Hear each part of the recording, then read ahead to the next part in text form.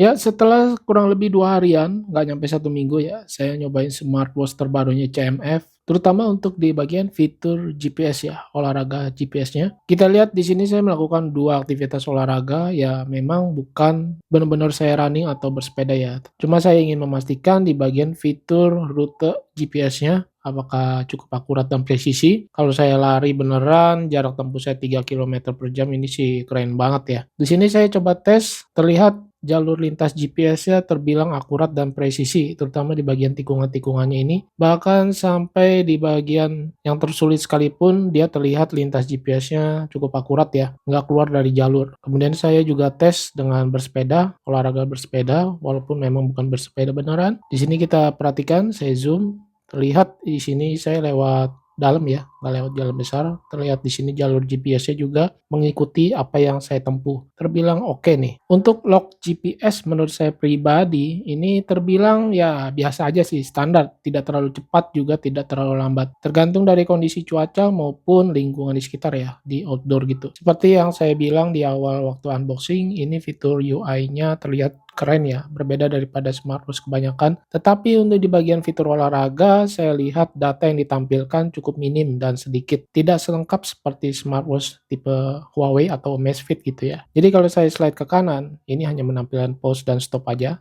Kemudian saya slide ke kiri, ini bisa menampilkan Bluetooth Music aja. Tidak ada root back atau fitur GPS lainnya ya. Dan kita lihat untuk di bagian fitur data olahraga tersimpan, ini kalau saya slide ke atas tidak bisa, melainkan harus di slide ke kiri, seperti ini ya. Jadi yang belum terbiasa, menurut saya nih agak aneh aja sih. Untuk datanya sendiri yang ditampilkan cukup lumayan banyak ya, tapi harus di slide ke kiri, bukan ke atas atau ke bawah. Kemudian fitur-fitur kesehatan lain seperti stress level, heart rate, blood oxygen, semuanya ini berjalan secara dinamis atau berjalan di background belakang ya, secara real time 24 jam. Terutama ketika waktu tidur juga dia berjalan secara dinamis. Dan ngomong-ngomong soal sleep data, saya lihat di sini sleep datanya emang 5 jam 34 menit, tapi kalau saya lihat rinciannya, terlihat ini menurut saya kurang akurat. Waktu saya tidur bener, tetapi waktu saya bangun, masa jam 2 pagi udah bangun guys, jam 1.47 ya. Jadi sisanya itu terbacanya sebagai tidur siang atau nap sleep. Menurut saya sayang banget. Lalu di bagian tampilan watch face, terbilang juga ini kurang memuaskan ya menurut saya pribadi karena dia dibatasi gitu guys. Tidak bisa install banyak pilihan watch face ke smartwatch. Walaupun di aplikasinya ini terlihat banyak sekali pilihan watch face yang bagus-bagus dan saya coba install, dia harus mengganti dengan watch face lainnya. Jadi tidak bisa menyimpan banyak,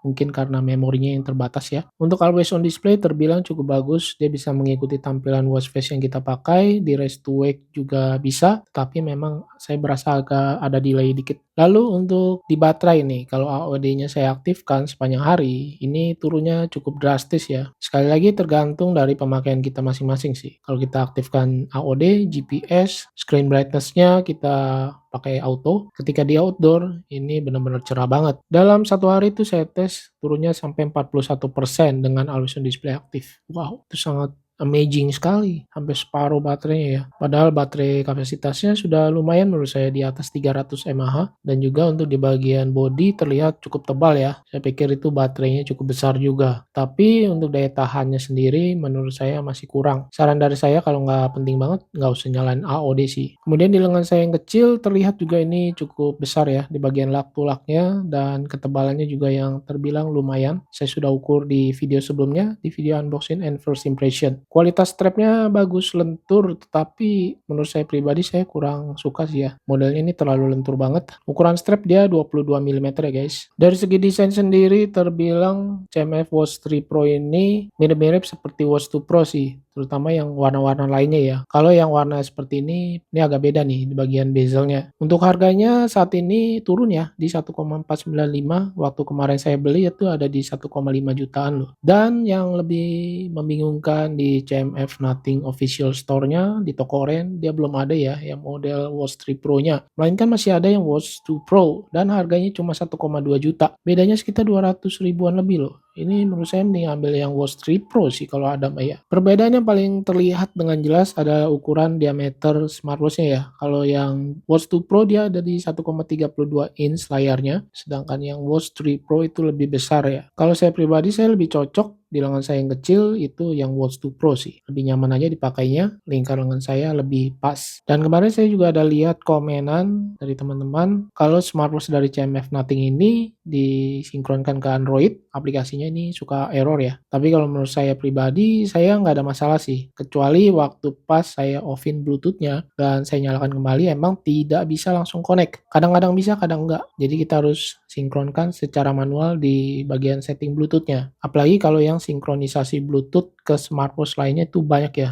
Ini harus di offin dulu semuanya. Buat teman-teman yang suka gonta-ganti tema atau view UI di smartwatch Nothing 3 Pro ini, dia hanya ada dua pilihan tema atau view UI aja dan juga tidak bisa di double klik dari crown buttonnya. Jadi kalau di double klik dia akan muncul record atau rekaman suara. Untuk ganti-ganti watch face juga tidak bisa diputar dari crown button, melainkan harus di tap dan tahan. Fungsinya ya crown buttonnya untuk menggulir ke atas ke bawah di bagian tampilan menu. UI-nya sendiri ini sangat smooth banget ya. Dia 60 Hz tertulisnya, layarnya benar-benar keren. Kemudian remote kamera yang saya suka, dia bisa menggunakan timer atau tanpa menggunakan timer juga bisa. Timernya itu dari 2 detik dan 5 detik. Display layar AMOLED-nya terbilang bagus loh. Kalau saya tes di outdoor, itu masih bisa terlihat dengan jelas walaupun di tengah matahari ya, sunlight. Dengan screen brightness-nya, catatannya saya fullin. Untuk tingkat brightness saya sendiri bisa mencapai 600 lebih ya, nits-nya belum nyampe 1000 sih. Tapi udah cukup oke lah menurut saya pribadi. Ya, mungkin segini dulu yang bisa saya sampaikan menggunakan smartwatch dari CMF Watch 3 Pro by Nothing. Nggak nyampe 1 minggu lah ini. Dan mungkin buat teman-teman yang udah ada pengalaman menggunakan CMF Watch Nothing Pro, bisa tulis di kolom komentar. Terima kasih banyak buat yang sudah menonton. Mohon maaf jika ada salah-salah kata. Save ready